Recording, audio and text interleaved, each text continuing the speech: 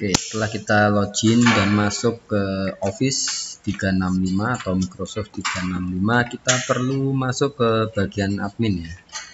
Di sini banyak beberapa menu. Ini ada icon Word, Excel, PowerPoint, dan juga ada download instalasi Office 365 itu sendiri. Nah, untuk masuk ke bagian menu admin dari Microsoft Office 365 itu kita masuk ke bagian bawah icon all apps seperti ini, kita klik. Nanti di sini akan ada beberapa pilihan, kita klik admin seperti ini.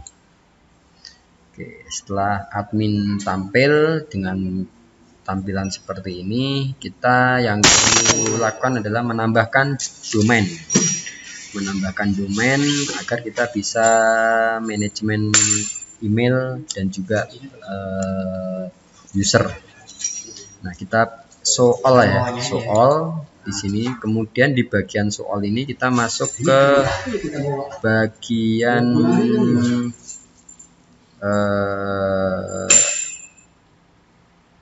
setting. Kita setting, kemudian kita pilih domain seperti ini. Nah, di bagian domain ini kita tambahkan domain ya. Kita bisa membeli domain dari Office ataupun dari add domain ya, dari tempat hosting yang lain. Kita membeli di Hosting Indonesia, Jagan Hosting, ataupun Niaga Hoster, ataupun Rumah Web. Yang pastinya domain tersebut harus ada fitur untuk parking ya, parking DNS. Kita coba add domain. Oke, kita tambahkan nama domainnya yang sudah kita pesan ya. Kita tambahkan di sini nama domainnya yang tadi saya order. Oke, sub. Ini nama domainnya.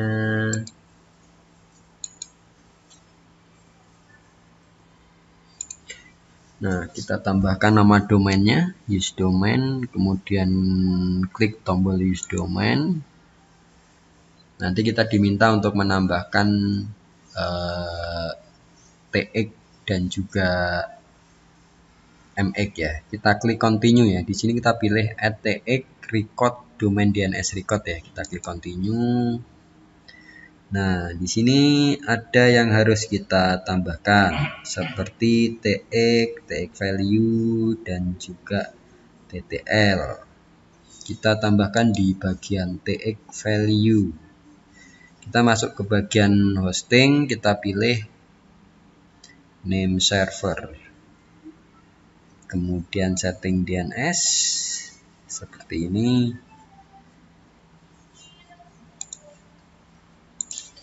Kita tambahkan TX record ke domain ya. Kita masuk ke domain manager seperti ini, kita tambahkan TX recordnya. Hostname-nya kita isi add. Time value kita samakan 3600 TTL-nya. Kita save.